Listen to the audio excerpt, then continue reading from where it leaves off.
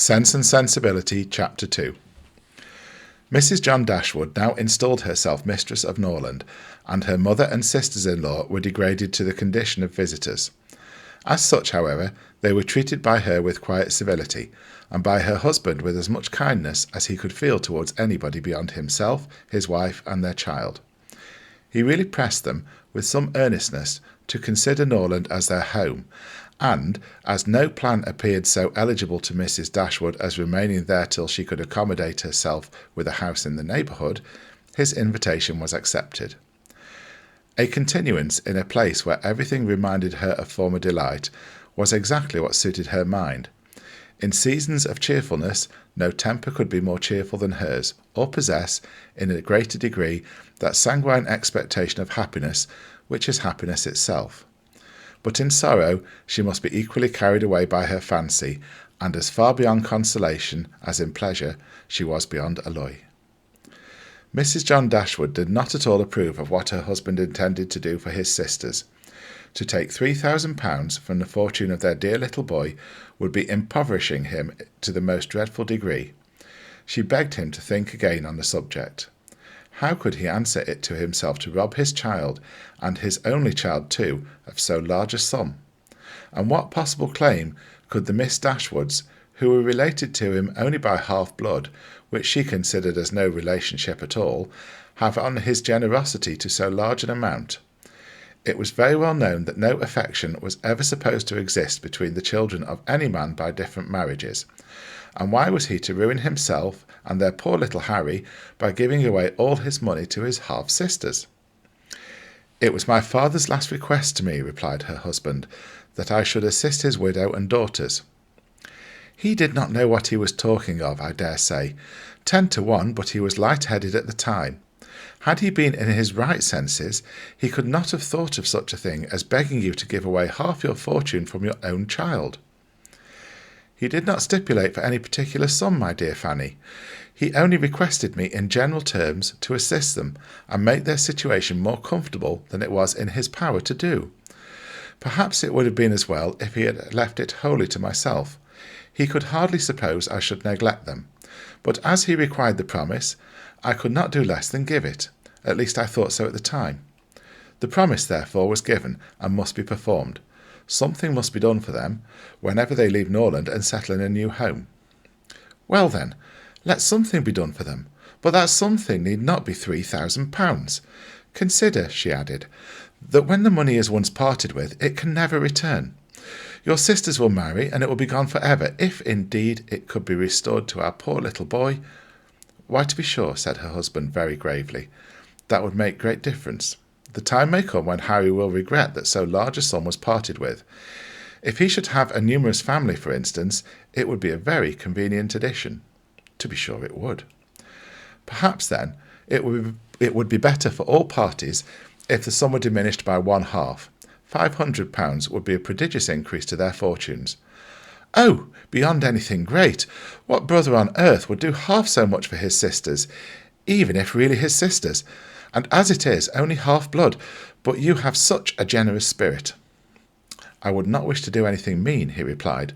"One had rather, on such occasions, do too much than too little.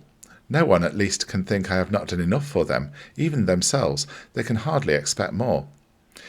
"There is no knowing what they may expect," said the lady, "but we are not to think of their expectations. The question is, what can you afford to do?" "Certainly, and I think I may afford to give them £500 apiece. As it is, without any addition of mine, they will each have about £3,000 on their mother's death, a very comfortable fortune for any young woman." "To be sure it is, and indeed it strikes me that they can want no addition at all. They will have £10,000 divided amongst them. If they marry, they will be sure of doing well, and if they do not, they may all live very comfortably together on the interest of £10,000. "That is very true, and therefore I do not know whether, upon the whole, it would not be more advisable to do something for their mother while she lives, rather than for them. Something of the annuity kind, I mean. My sisters would feel the good effects of it as well as herself. 100 a year would make them all perfectly comfortable." His wife hesitated a little, however, in giving her consent to this plan. To be sure, she said, it is better than parting with £1,500 at once, but then, if Mrs. Dashwood should live 15 years, we shall be completely taken in. 15 years, my dear Fanny, her life cannot be worth half that purchase. Certainly not, but if you observe, people always live for ever when there is an annuity to be paid them, and she is very stout and healthy and hardly 40. An annuity is a very serious business. It comes over and over every year, and there is no getting rid of it. You are not aware of what you are doing. I have known a great deal of the trouble of annuities, for my mother was clogged with the payment of 3 to old superannuated servants by my father's will, and it is amazing how disagreeable she found it. Twice every year these annuities were to be paid, and then there was the trouble of getting it to them, and then one of them was said to have died, and afterwards it turned out to be no such thing. My mother was quite sick of it.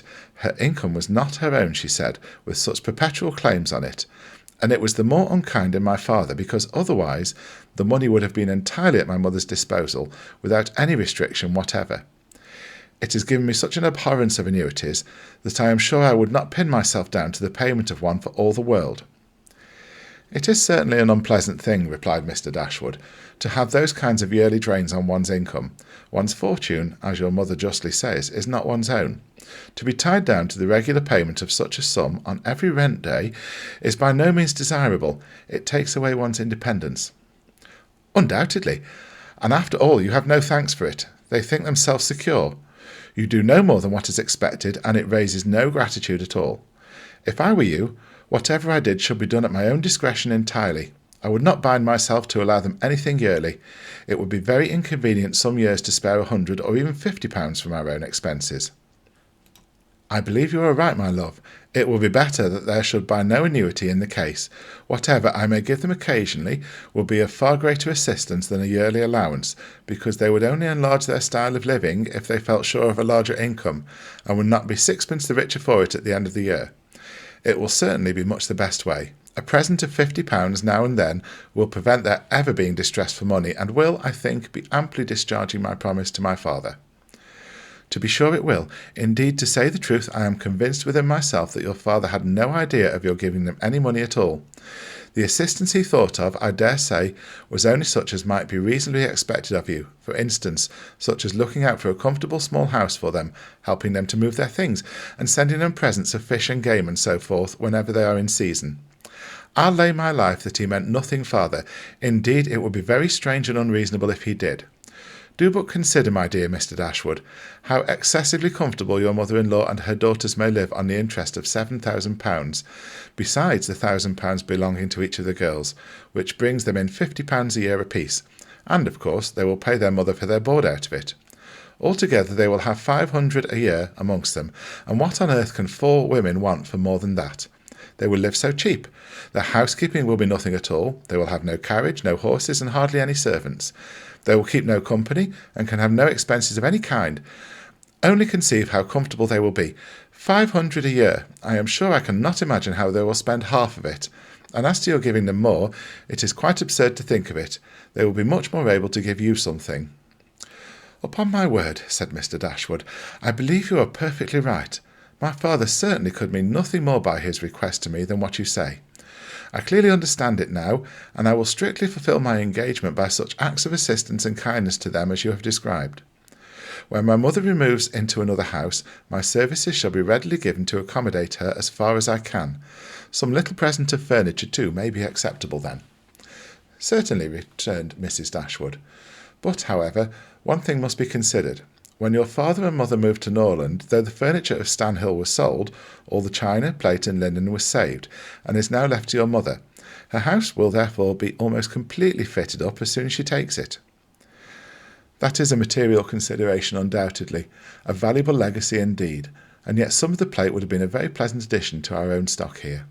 Yes, and the set of breakfast china is twice as handsome as what belongs to this house, a great deal too handsome, in my opinion, for any place they can ever afford to live in, but, however, so it is.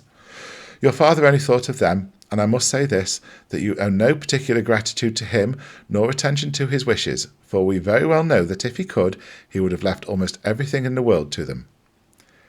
This argument was irresistible.